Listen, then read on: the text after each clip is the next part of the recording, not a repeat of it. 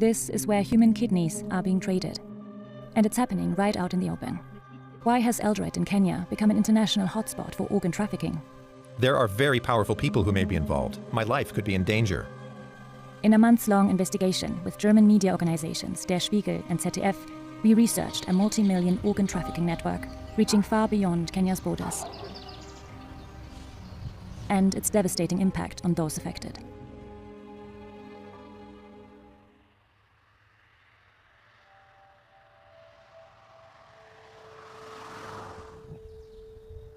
This is Amon Kipruto-Meli, 22 years old, from a village in western Kenya.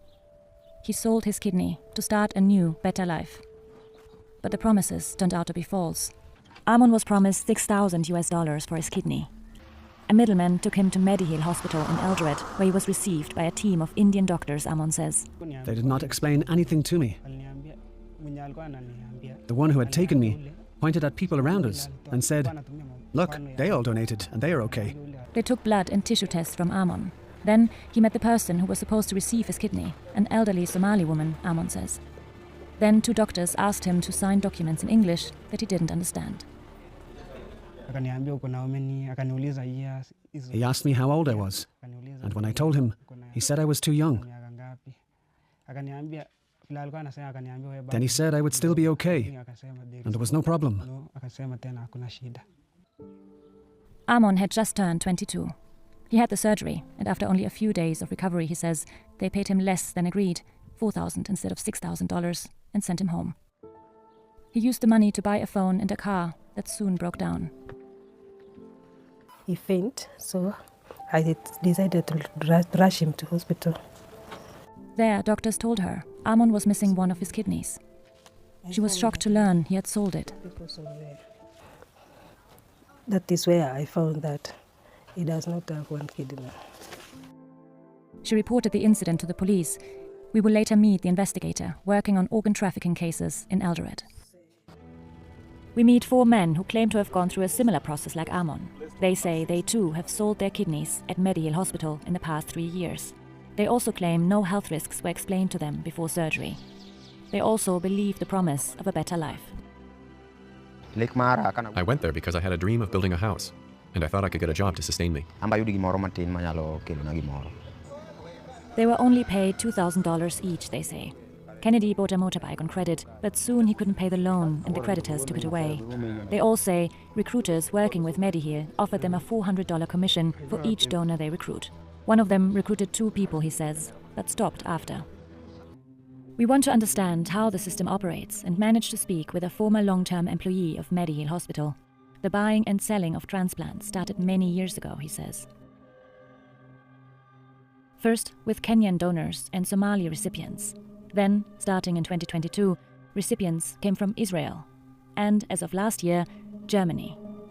Many of the donors of these well-paying customers are flown in from Azerbaijan, Kazakhstan, or Pakistan. Our source tells us donors had to sign documents stating they were not being paid and they were relatives to recipients they have never met. Because of the language barrier, they just signed. Some of them, they weren't even old enough. They were below the age. For kidney recipients, there was no cutoff age, no risk too high, he says. The oldest was 102 years old, he recalls. At Mediheal, there's a surgeon who is just after money. No matter how old you are, he'll do the transplant. He tells us one recipient even died during surgery, and the body had to be flown to their home country. Another, with pre-existing conditions, barely made it out alive, he claims. Ever since the switch from Somali recipients to Israelis and Germans, business has been booming, he says. Each recipient pays $200,000 for a kidney, he says. A person called Robert, working for the agency Medlead, oversees this part of the network. We have a chain from Robert to Kenya. Robert is dealing with Israel, Pakistan, and now Germany. Robert finds the recipient and the donors. They don't come from Israel, and some even come from Pakistan.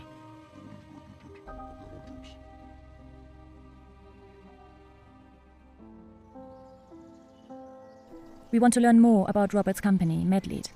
On its website it reads, "Restart your life," and more than 1,000 successful kidney transplants.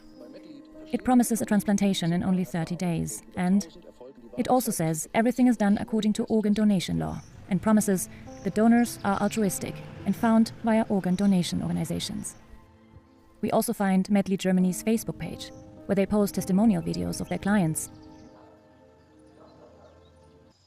We take a closer look at Mediheal's head, Robert Wolanski, the same Robert that the former hospital employee mentioned earlier. We find a website of a gym in Israel that he ostensibly owns. And we find his name in a 2016 indictment by the Tel Aviv Magistrate Court. In it, he's accused of being part of a criminal network headed by an Israeli citizen named Boris Wolfman. According to the indictment, the network is responsible for performing a large number of illegal kidney transplants in Sri Lanka and Turkey, the Philippines and Thailand. Allegedly, Wolfman had already been involved in illegal transplantation activities elsewhere. He did not respond to interview requests. Robert Wolanski left Israel in 2013. It's unclear where he's now. He denies any connection with Wolfman. In an email to Der Spiegel, ZDF and DW, Mediheal states it has no involvement in locating donors and that all donors are 100% altruistic, and that Mediheal has been operating transparently and in full compliance with the law since its foundation. The following has been filmed with a hidden camera. Many white, older people are in the hotel. Some of them look frail and sick. A Russian couple is having breakfast here too. They say they are still waiting for their test results. The man would be the recipient. Do they know if the donors will be paid? Nobody gives away their kidney for free. A family from Israel is also here. They came all the way so that their daughter could receive a new kidney here. It's really perfect. They have a success rate of 98%. They also are here because of Mediheal, they say. Mediheal, it's called. Mediheal.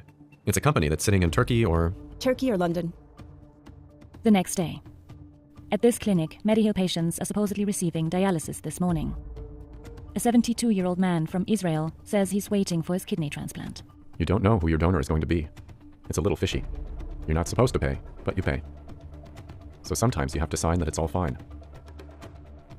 But it's not. In Israel, you have to wait between 7 to 10 years. So for me, there's no solution.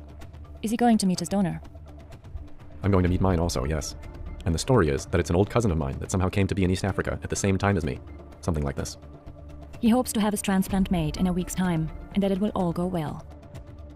A 2023 fact-finding mission conducted by the Kenya Blood Transfusion and Transplant Service into Mediheal found recipients and donors were indeed in many cases not related.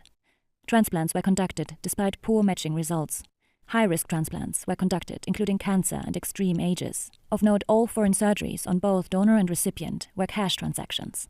The report recommends the allegation of organ trafficking must be investigated by relevant authorities.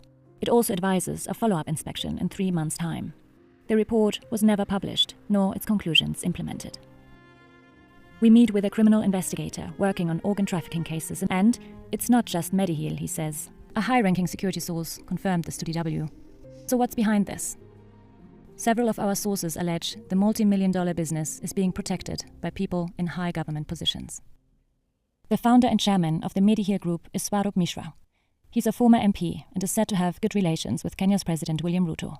Despite persistent organ trafficking accusations, the president appointed him as a chairman of the Kenya Biovax Vaccine Institute. In this role, he represents Kenya as a contact person for the WHO and foreign government officials. Mishra did not respond to repeated interview requests and left a list of questions unanswered.